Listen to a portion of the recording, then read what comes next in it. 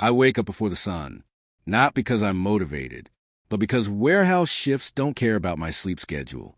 My alarm rings at 4:50 a.m., and for a minute, I stare at the ceiling trying to remember what day it is. Then I remember. It's pick, pack, repeat day. Same as yesterday. Same as tomorrow.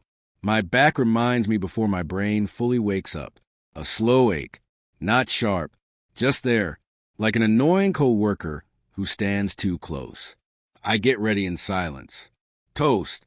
Cold water. Shoes that used to be comfortable. I check the time, sigh, and head out. The streets are quiet. Only shift workers and stray dogs understand this hour. When I reach the warehouse, the building looks like a giant metal box squatting in the dim light. No matter how many times I see it, the place feels more like a world than a workplace. A world where the rules are simple. Scan, lift, move, repeat. Don't complain too loud. Don't fall behind. Don't break anything. Inside, it's freezing. They keep the temperature low, so the machines don't overheat. They forget humans are in here, too. The punching machine is the first lie of the day. It pretends to measure time, but really it measures patience. I tap my badge. A beep. My day officially belongs to someone else. A few familiar faces nod at me. We don't talk much in the morning. We save our energy for when the pallets start coming. There's Sam, rubbing his wrist like always, and Maria, already angry, and she hasn't even done anything yet. Then there's me, trying to look awake, looking anything but. The supervisor walks and like someone pressed his power button. Bright, too bright. Clipboard ready to ruin someone's morning.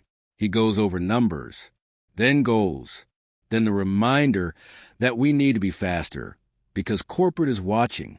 Corporate is always watching, apparently.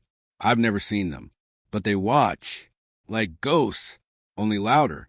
I grab my scanner. It vibrates like a cheap phone. I point it at my first item of the day. Beep, the sound that will haunt my dreams someday. Beep, beep, beep. The aisles are endless.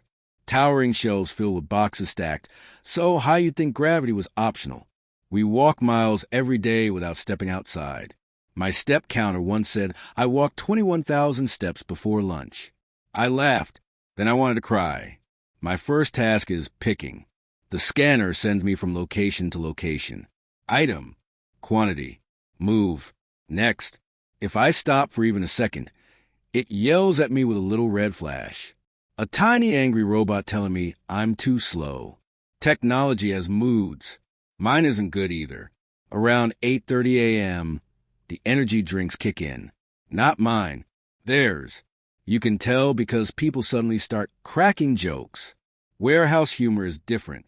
It's tired, dark, but it keeps us going. Sam asks me, "Bro, why are these boxes heavier every day? Are they feeding them?" I laugh, mostly because I need the oxygen. I drag a pallet jack across the floor. The wheels squeal. They always squeal, like they're complaining too. The boxes are stacked higher than my haircut standards, which means they're almost tipping over. I push anyway, because what else can I do? By mid-morning, sweat becomes part of my uniform. It doesn't matter that it's cold. This job heats you from the inside. Muscles working, heart beating, brain wondering why you didn't become a dentist. The intercom crackles. Someone in receiving needs help, which means someone in picking is going to fall behind, which means someone is going to get yelled at later. Chain reactions. We live in them. I help unload a truck. The driver looks like he didn't sleep either. He nods. I nod. There's a special friendship among exhausted people. We don't talk. We just exist next to each other. The boxes inside the truck are stacked in ways that break physics.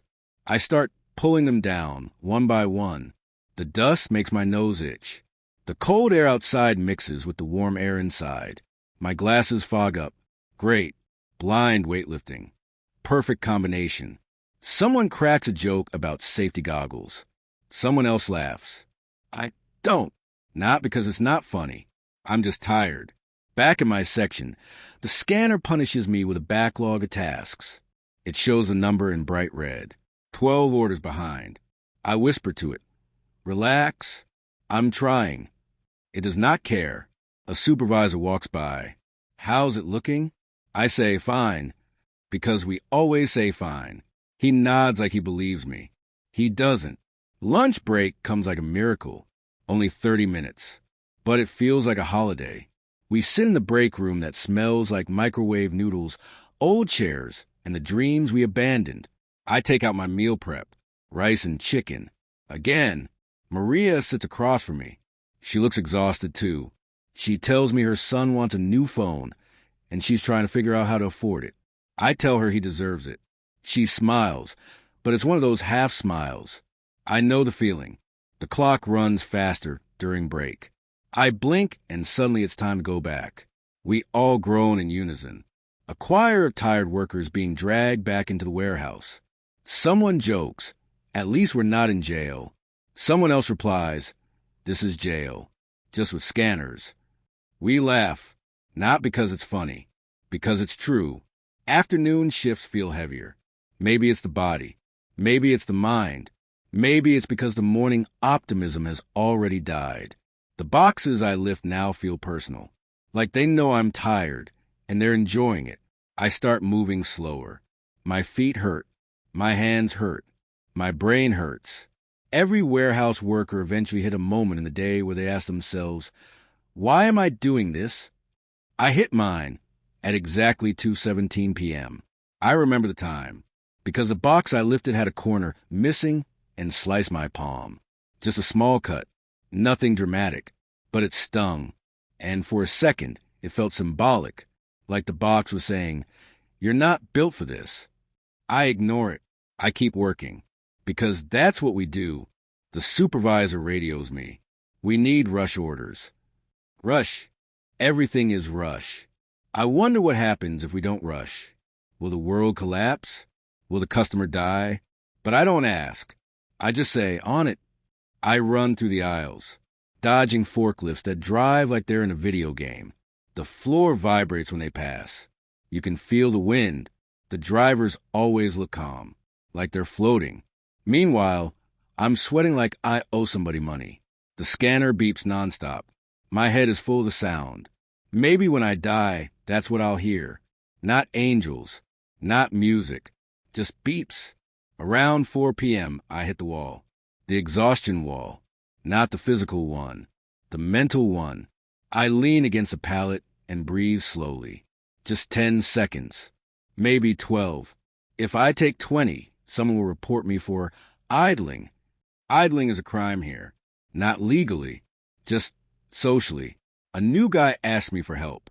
He's young, too energetic, still hopeful. I tell him where to go, what to scan, what to avoid, and how to secretly take a breather without getting caught. He nods like I just told him the secrets of the universe. I envy him, not his energy, his innocence. As evening approaches, the warehouse shifts tone. The noise gets sharper. The forklifts louder. The radio's busier. Everyone wants to finish early, even though we know we won't. My last pallet of the day looks like a boss level in a video game. Stacked too high, wrapped too tight, leaning like it had a rough childhood. I take a deep breath and start unloading. One wrong move and everything will collapse. I move slowly, carefully. My back protests. My arms shake. But I finish it. The scanner finally shows a message we long for. No more tasks.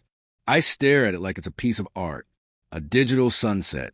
I walk toward the punch-out machine, each step heavier than the last. My clothes feel like they're glued to my skin. My feet feel like bricks. My brain is numb. I tap my badge. The beep this time feels different. A good beep. The sound of temporary freedom. Outside, the air is warmer. The sky is darker. My body is tired in ways I can't explain. But I survived another day. Barely. Quietly. But I did. I get into my car. Sit for a minute. Hands on the steering wheel. Eyes closed. Breathing slow. It feels peaceful in a way the warehouse never does. Then I start the car. Drive home. Thinking about dinner. Thinking about sleep. Thinking about tomorrow. Knowing it will be the same. But also knowing I'll show up anyway. Because that's what warehouse workers do. We show up. even when it sucks, especially when it sucks. And as I lie in bed later, my back buzzing, my legs aching, my mind drifting, the last thought I have before sleep pulls me under is the same every night. Maybe tomorrow will be easier. It never is, but we hope anyway.